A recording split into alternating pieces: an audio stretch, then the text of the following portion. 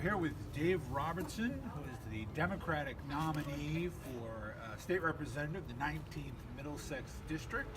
And we appreciate you taking the time to sit down with us today. Thank you. I appreciate you taking the time to interview me. All right. So we're doing this interview the day after the debate that was held over in Wilmington. It was about an hour and a half long debate. How do you feel like that went as far as you being able to get your views and some of your positions out there? I think it went very well. Of course, I think every candidate asks for a little bit more time, and especially me, as the experience and the plans and the in-depth actions, sometimes it's hard to compress that down to a minute, but I think it showed pretty well. Questions, for example, we had a question about the new school project, or questions on Route 38. It's very apparent that I had done the most thinking, I had the most experience, I've been involved with these projects for years and years, and I'm hoping the voters saw that shine through, that I'm the one with the knowledge and experience that was up on stage that night. You were involved in a multi-candidate primary to get to this point.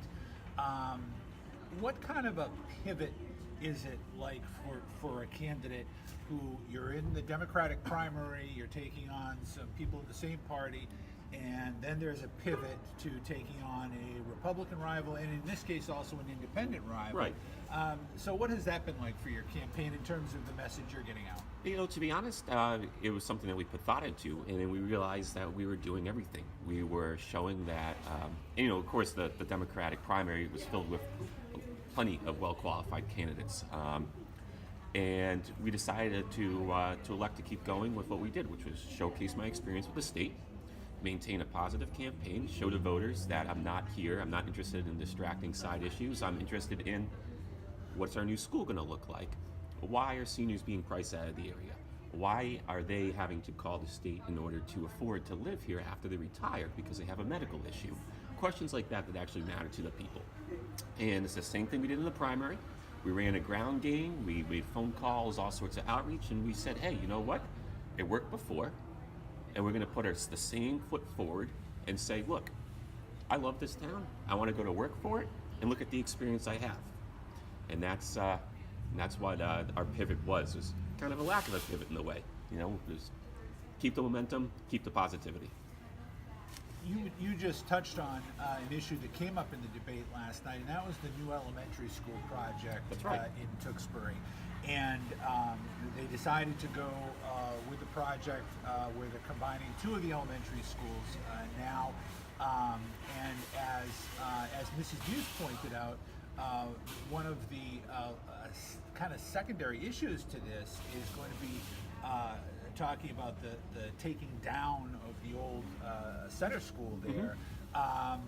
So talk a little bit about your view on that project, about if you think that the two school combination is a good idea, and your feelings about basically taking out the center school for a parking lot. Right, so we'll start with, and I'll subdivide the issue into Sure. New school and then center school. So I'm absolutely on board with the new school, and the state representative, which I hope to be, will have to definitely fight with the Mass School Building Authority to make sure we get the max amount of funding. And then maybe fight's the wrong issue, but advocate to them. And I've known Mr. McCarthy, who's the director, and the board there for quite some time now, so I know I'd be in a great position to go forth. It's absolutely wise to make the two schools into one. Both Patty and Pina asked why it wasn't one mega school, which kind of shows that they've been playing catch up with this issue. The reason is the school size there would be so logistically complex and expensive that would be simply at a town the size of Tewksbury's capacity. We couldn't handle it. Our maintenance crews don't have experience on a building that size. It really takes more of a village to maintain a school that big. Those size schools make sense in Boston, Worcester, Springfield, not our neck of the woods. Now it's going to be built on Doucette Field. Doucette Field is going to be moved, and that brings up the question of what we're going to do about the center school. And I know some people have an attachment to it. I'm not opposed to, say, taking a look at community preservation funds to preserve it. Wilmington, however, went through something recently it was a bit of the same. They had an old school, which is now where their soccer fields are. Right. That layout was more friendly towards changing the use of than the center school is. The question with the center school is how much and what are we going to use the building if we choose to retain it in town? If we're going to turn it into a parking lot, what are we losing by losing that building? And I have not seen any sort of proposal yet that says, well, maybe we can make this into senior housing apartments. Maybe we can use this for school administration because the school administration aspect is supposed to be moved into the new elementary school. I haven't seen anything about, well, maybe this would make better sense for the town addendum. I know currently the old Tewksbury Library is used as the town hall annex. Well, maybe the center school would be a better town hall annex, especially as the town is going to take a look at our town center redesign. Right. Problem is the center school is there seems to be the nucleus of a movement maybe to save it, but we don't have an idea of what we're going to save it for yet. I don't mind saving it again. I just don't want it to be sitting there empty for the sake of just having it and having it fall apart, and have it be knocked over 10 years down the line. I like having a solution, a goal, something we can set a path and walk towards. Excellent. Talking a little bit about the downtown redesign and a little bit of the development of Route 38. In my work with your Tewksbury today, I deal with a lot of mom and pop businesses, and That's right. I see a lot of ones that come in. We try to help them out, but I've seen a lot come in and go. Haven't been able to make a go of it. So, what do you see the role of state representative in as trying to help some of these small businesses, these mom and pop businesses, to be able to really make a go of things? Well, with respect to Route 38, that's our economic artery. It's our quality of life artery. It is the center of both towns, both communities. All, even someplace far away as say North Tewksbury is impacted by Route 38. And as state representative, we got to get on that right away. And it's a long process because Route 38 has so many miles. Representative Maselli and folks from the Department of Transit already got the first 2 miles. The first mile is completed. They're planning on the second mile, which goes from 495 over in Lowell up towards Tewksbury Center. It's a good start. What I feel like the most impacted miles, and this will alleviate a lot of our traffic concerns and make it a more business-friendly environment, is here in Tewksbury, from the corner of South and Main down to Shawsheen in Maine at the Market Basket Plaza. You try to come from Wilmington towards Tewksbury Center at that during rush hour, forget it. Right. Forget it. You might as well go down Brown Street. You might as well go down all the way, I dare say, down south, hook over, up through, well, I'm not going to tell you the rest of the way because that's my secret shortcut I don't want other people to start using. But when you drive a mile and a half out of the way, and that's not even just the increased distance, that's a mile and a half out of the way from the furthest point you are from Main Street, to circumvent that traffic, it's obscene. And no wonder, for example, down at the old Costco pharmaceutical, right? We had a Chinese sit-down restaurant, a Chinese buffet, an Indian restaurant, an Indian buffet. Now we're trying barbecue, and having been a customer at all those places, the food quality wasn't an issue, the service wasn't an issue. So what was it? Right. Oh, I think it was Route 38. No one wants to take the time to go out during rush hour, during supper time, to go down, get into Market Basket's a hassle enough. So I believe within the first year, get the DOT folks out to take a look at where our dumb traffic lights are on the timer. Are those optimized? Start asking for budget allocations and bond issuances to get those to be smart time lights so that they respond to backups one way or the other in a much more effective manner, which reduces traffic pulses, which is when one large segment of cars gets released at one time and it impacts the next light and the next light and the next light and has this ripple effect. Looking at extending or modifying some of the turn lanes, as they just did over by Max Ice Cream in Tewksbury. You'll take a notice, they repainted that so it's a more friendly turn lane. And the impacts there is it lightened it up a little bit. And then, of course, we got to look at and seeing, well, other areas where the curbs are too close because Is there space enough for a bike lane? Do we have to put a second right turn lane in? Do we have to put a left turn lane in? And that is a much longer time frame. It'll be over months or a year and a half rather than something more instantaneous. But I believe that is one of the best things we can do to local businesses here. Excellent. A little bit on your background. Now, I've known you for several years from your working with Representative Maselli. That's right. I think people know you from seeing being alongside him at events and whatnot. But maybe a lot of folks don't really know what your job was, the things that you did Sure. as part of your job with Representative Maselli. So maybe a little bit on your experience and your background. Yeah, absolutely. So I was a Tewksbury High graduate. I lived here my whole life. I went to UMass Amherst. It was great school, but that's what my family could afford. And I graduated there with 2 degrees, one in political science, another in economics. During this time, I interned for Representative Maselli full-time whenever I was on break, and then I would come back for long weekends and that on occasion when he needed someone to present an award or, attend a scout meeting and that. When I was in the office, I was doing what they call constituent affairs. So why wasn't my trash picked up? The street lights out. I have a problem with the speed limit on this side. Sure. And those were the basic stuff. I went all the way up to I have problems with my veterans benefits, or I had a couple times when people called me, they were away on vacation, they lost their license, they needed overnighted. So I dealt with some crises like that.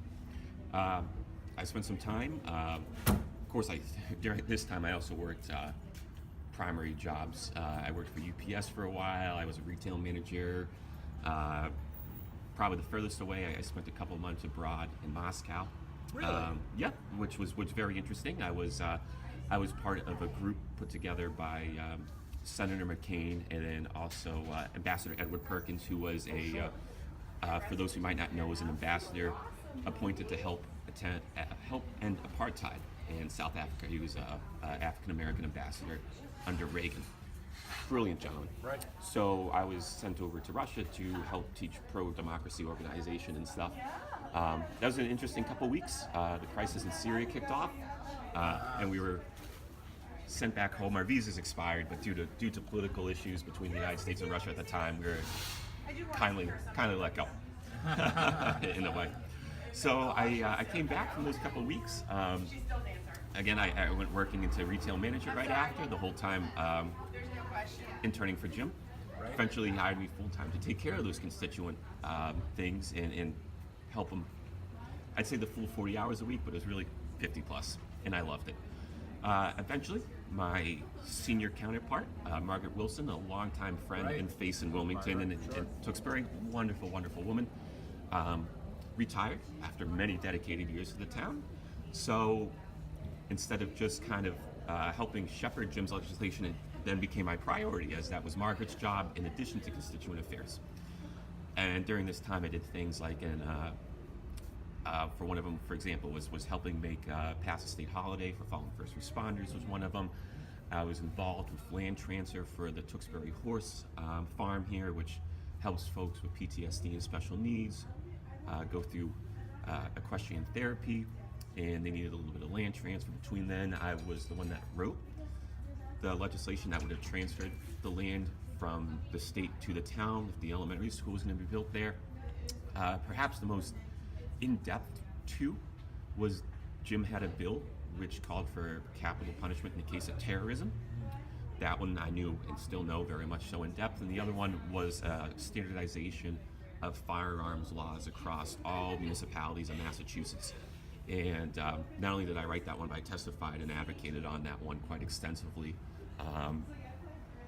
It was in a place, there was a lot of things going on that day, so Jim asked me to do the honor to go forth and speak, and I know that inside and out. So my previous background encompassed a lot of things, from playing devil's advocate for Representative Maselli, taking the role of opposition behind closed doors to decide Sure. what the best for Tewksbury and Wilmington was, to meeting with someone that maybe needed help getting on the MBTA ride program because they had to get the license or their eyesight failed and they needed a little help getting around to.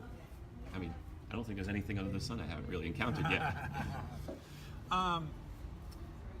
in regard to some legislation that's happened, the state over the last 10 years really has changed a little bit. There's been the legislation for the legalization of marijuana. That's been popping up in different towns needing to deal with that. There has been the expansion of legalized gambling. Right. And now with the court ruling, expansion of sports gambling and whatnot. Now, all of those things are certainly going to bring in added revenues to the state. It's going to be a financial boom. My question to you is, do you feel that that those things are worth the financial boom? Right. Is it worth it for the state to have this to have these things? I'm a bit out on gambling. I always look at gambling as kind of an easy way out there, and the reason that I'm more sold to marijuana was it was done on the state level through the ballot, and I put my trust in democracy. Even though I spoke at the town meeting in Tewksbury, I don't think retail marijuana or recreational retail marijuana is right for Tewksbury, and I know Wilmington's had similar considerations. It's just, at my town meeting, I had the opportunity to vote Sure. against that. Right. But that was a 50-50 split in the towns, and I think we can do it in a very nuanced way that respects everybody. And to be frank with you, what you do in the privacy of your own home, to me, as long as it's not a public safety risk, you're not infringing on the rights of your neighbors, you're not creating an issue, who am I to judge you on that one? As for gambling, it seems like there's an enthusiasm, and I worry about overestimating the revenue and the financial boom that supposedly comes. And we could take a look at Atlantic City. That was supposed to be the Vegas of the East, and with all due respect, some hardworking people live down there, but they put, it's according if I say they gambled on gambling, and it didn't work out for them. Sure. So the jury's out to me for gambling. I don't think it was something that we were wise to pursue. I don't think it was something that the state really should have put too much financial backing in. If we were going to, I think that we should have done it in a way that allowed and encouraged private investment, and so there'll be private risk. I'm not a terrible fan of the government getting involved with industries which are high risk like that. I'm much more of a fan of, again, in the case of marijuana, we voted in a democratic manner. We'll create an environment which allows those who work hard to succeed and let the market take care of it. And I would hope that those revenues go, and I hope they would be spent in a way that support our cities and towns, that would preserve the tax rate and take a little bit off the lower working class folks who are really struggling, the middle class folks who are really struggling. Right. One of the things that was talked about last night at the debate was the opioid epidemic. Mm-hmm. If you're elected, as you look forward the next 5-10 years, because everybody's in agreement that this is not an easy solve. No, it's not. It just isn't. What are you going to be advocating for as far as a strategy moving forward the next 5-10 years that the state should be putting its emphasis on? The state's done some great things the past couple of years, which I dare say neither of my opponents knew about last night. And we took a good hard look at both private and public sector, the profit, non-profit hospitals, the whole 9 yards, over why is it not just young kids, but also middle-aged, elderly folk? Why is this hitting men and women, regardless of age, race, religion, color, creed? It doesn't matter. And came up with a few different strategies. One of which I was a big fan of, and I think it needs to be continued, is early intervention in education, especially in the schools. And it needs to be in a way that's funded and supported through our police, who I'm proud to say have endorsed me. And I believe the police, I went to that DARE program back in school, and that really opened your eyes to say, look, not all the time that, just because a medication comes in an orange bottle, it doesn't mean that it's safe all the time. It talked about how the harder drugs eventually led down the line into going from an $80 prescription pill, now you're out of money, now it's $4 for a day's high on opioids, Right.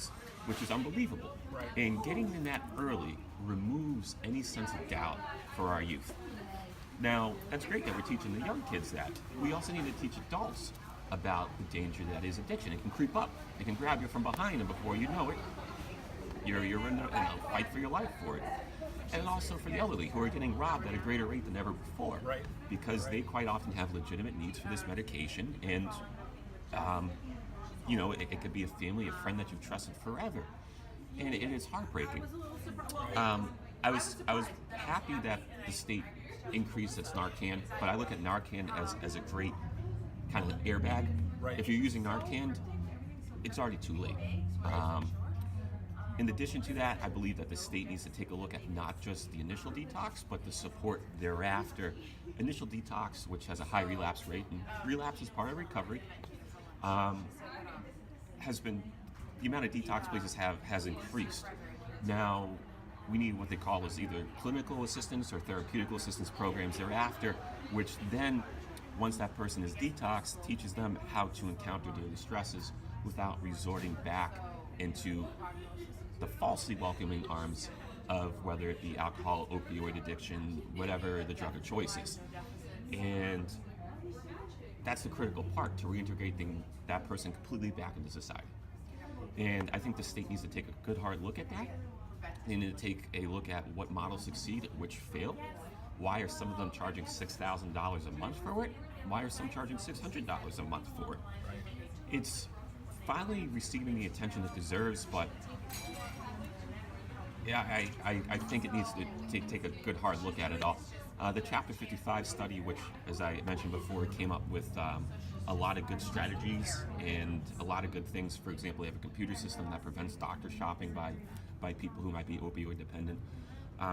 Came up with some great ideas, but those came from that cooperation between public officials, private sector officials, of what they saw worked, what was cost effective, what was time effective, the whole 9 yards. And I think we need to do that again for the back half of the recovery process.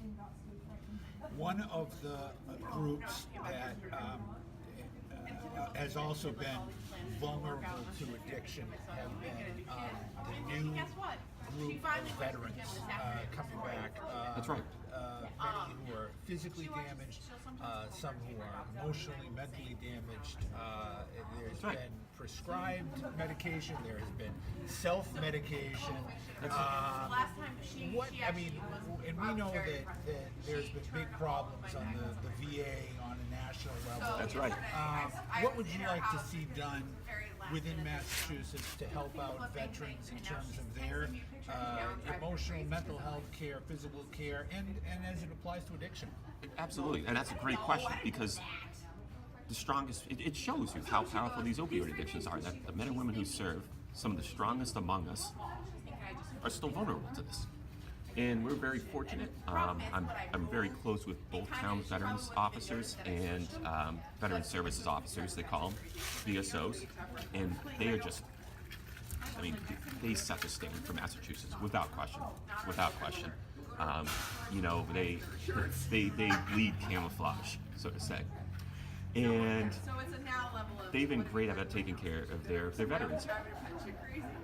Fortunately, the federal VA was cut in the last budget round. I'm not really sure why the federal government decided to do that. I don't get why Congress did that, but so be it. So Massachusetts needs to take a greater role now. Mass has a VSO officer for every town and city, the exception of some out west, which they're a little more regionalized. And these folks have grade A training on recognizing not only depressive and suicidal prevention, but also addiction. Part of their training is in reaching out and such is going to what they call is the soldier homes.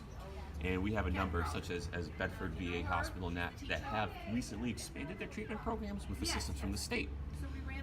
I would like to see kind of, for lack of a better word, field officers from these programs, which would go from town to town, much like a number of these nonprofit opioid organizations used to combat, where they go town to town and they can talk to these veterans who sometimes might be hostile towards the idea of having an issue, right?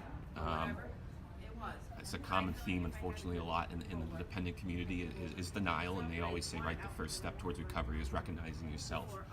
But I think by having these kind of field agents who can respond to crises, who can get involved with depressive or manic episodes, because dual diagnosis, which is the treatment of PTSD, depression, separation anxiety with alcohol, opiates, and stuff, is, I mean, it's one of the biggest unaddressed parts of this opioid crisis. Right. By having these half mental health, half substance abuse counselors who work solely for the VA, who are available 24/7, 365 to get out there and work with our veteran services officers, who can develop relationships with the police departments, can get involved. I mean, there's 22 veteran suicides a day. That's terrible. Right. And to be honest with you, I think that statistic's a bit of a fallacy, because I don't think they count overdoses in there. Right. As far as I know, that's only purposeful suicide, so that's an underreported number. Sure. But yeah, the other part of it is, as I referenced before, is what do we do after they're clinically detoxed? Sure. Veterans and those coming back, like I said, there's this issue of separation or reintegration. The Army and the VA and the Navy, the Air Force, all the armed services, we're looking at how to handle this. Well, the state needs to look and see what resources can we put forward to teach the men and women who put so much on the line, come back, teach them how to handle the stress of separation anxiety in a healthy, positive way. I mean, these are wounds. They may not be visible, Right. but we civilians need to take care of them and help them heal and welcome them back. They gave up so much for us. Absolutely. All right. Last question. It's a question I've been asking all the candidates. Sure. You've had a chance to be on the campaign trail for several months now. What's been the biggest surprising thing that you found on the campaign trail? What have you learned that you went, wow, I really didn't know that about my district or these people or whatnot? Sure. Are you looking for like probably the most? Well, I mean, all the problems that I have been hearing about while working for Rep. Maselli, so I didn't really have any surprise there. To be honest with you, it's kind of how much of a small world it is overall. Going door to door, especially so, I'll knock on it and they're like, oh, I knew your sister because my daughter was in Girl Scouts with her at the same time, or my son was an attendee at the summer camp you worked at back, and these are folks who I had never really known before. I might have met or seen in passing, but it had been so many years that, and not to disrespect them, but they had just escaped my mind. That and some of the local history. I can't. As I say, I heard some stories for better and worse about different events, and I won't say on a recording just in case I'm ever subpoenaed to court. But some of the wild stories that shaped and influenced Tewksbury and Wilmington that I don't want to say unfortunately would have been lost to history, but they're not written down anywhere, and just some of the stories which makes you laugh or cry or shake your head, because it seems like they'd be scripted in a TV show. That is so. I don't want to say meeting the people's unexpected. I don't want to sound cliche, but honestly, that's one of my favorite part. And some of the things they have to say, and some of the stories they share with me about growing up. I came across a gentleman who was from the first graduating class of Tewksbury High, the old school. Right. The one that was demolished, the one that was built, I think it was 71 or 73. I can't remember offhand exactly. And I said, well, I graduated and then 2 classes behind me, it knocked down, and it was still funny. The shenanigans that went on when I was in high school were almost exactly the same as when he was there. But yeah, again, the most surprising part, the most enjoyable part is definitely hearing the non-political, just the stories, the people-to-people connection. Right. Sure. It's nice. Oh, yeah, the tapestry of the community, for sure. You said it better than I could, and it just reaffirmed how much I loved growing up here. Well, I appreciate the time, Dave. If people want to know more about you, more about the campaign, where can they find that information? Sure. So I have a fantastic website, Robertson for Rep. You can also reach out. I have a Facebook page, David Robertson for State Representative. Type for State Representative. Otherwise, you get David Robertson, the Yankees player, which I don't want to get people's misdirected hate for. Right. And I'm very proud. I myself, no one on my team, I don't have any sort of media handler respond to these questions. They all come straight from me. I'll be making plenty more phone calls. I'll be knocking on doors so folks can ask me any question that they absolutely like, but those are perhaps the most easiest ways to get in touch with me. Very good. We've been talking with David Robertson, the Democratic candidate for state representative from the 19th Middlesex District here on Your Tewksbury Today. Again, Dave, thank you for the time. Thank you, Bill, for doing this.